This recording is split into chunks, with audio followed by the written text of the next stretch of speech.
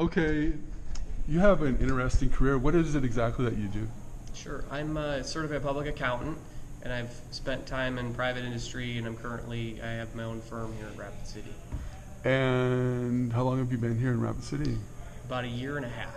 Moved from Chicago last spring. And what is it that brought you to Rapid City?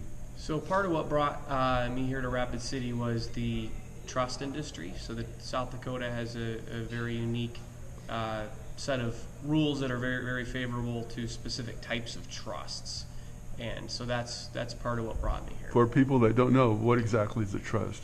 A trust is a legal creation. It's kind of a legal fiction, kind of like a corporation.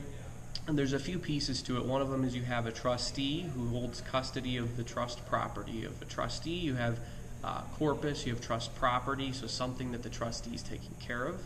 And you have beneficiaries, so the trustee is holding the trust property for the benefit of someone.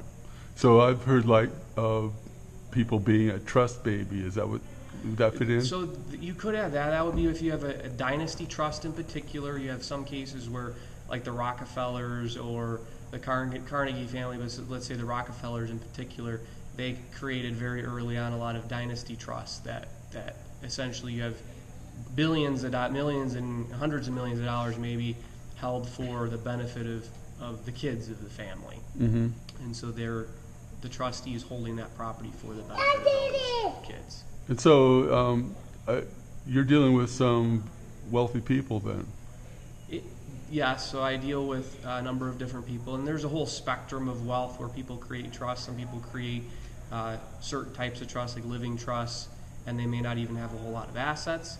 South Dakota in particular is advantageous for people that have dynasty trusts. And part of the reason for that, besides the very favorable law, is South Dakota doesn't have an income tax.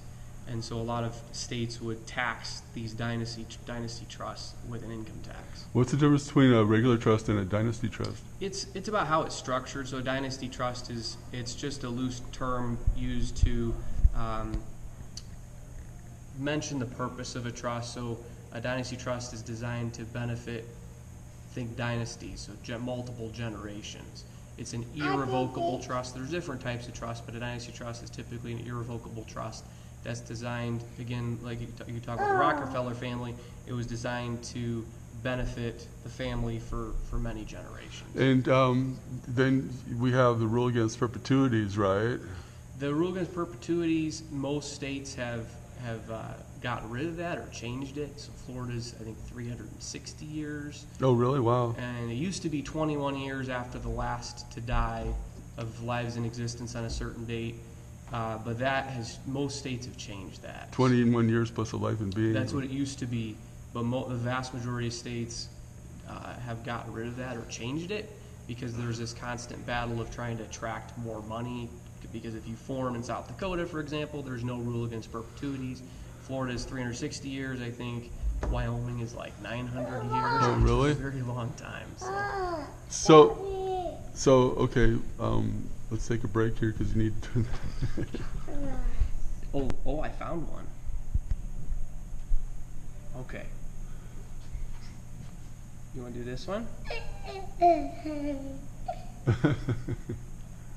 You like this one? Okay. Do this one, okay? Okay. Now, the rule against perpetuities is one of the most difficult things to explain in law. But have you found an easy way to explain it? The easy way of explaining it is it's just a rule to prevent a trust. It was originally created as a rule to prevent a trust from lasting forever. So the rule against perpetuities was to prevent a trust from lasting an infinite number of years, and most states thought it was, originally they thought it was appropriate to limit the length to a certain period of time. And they've of course expanded that recently. I play that game? Yeah. Daddy is talking to Mr. Tim, okay? So I'm gonna put you and Cyrus in the table over there, and you guys can take turns. Okay? Okay. You can't fight, okay? No fighting.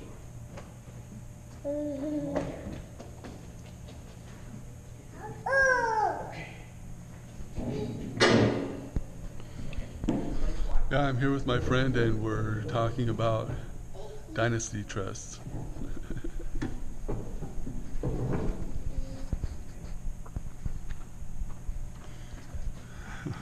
Okay. So how? Okay, you're gonna need to talk quietly to Cyrus. Don't ask me, okay? Every game you switch, okay? Just wait, okay? So let's see. So what brought you to accounting?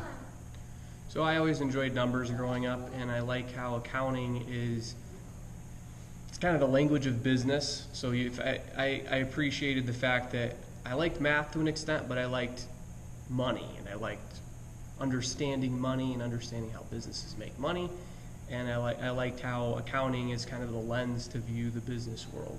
So that's what got me interested in it to begin with. And then I went to go work for a small accounting firm and discovered I liked taxes, and that's kind of what took me into the tax world. So tax law changes all the time. Isn't it a struggle to keep up with it?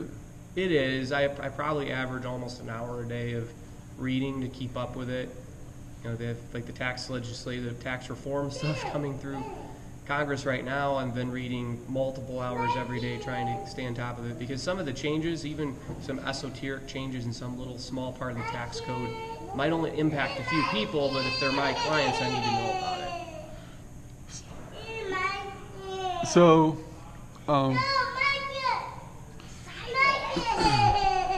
we'll cut this out. Okay, guys. I'm going to turn on a movie.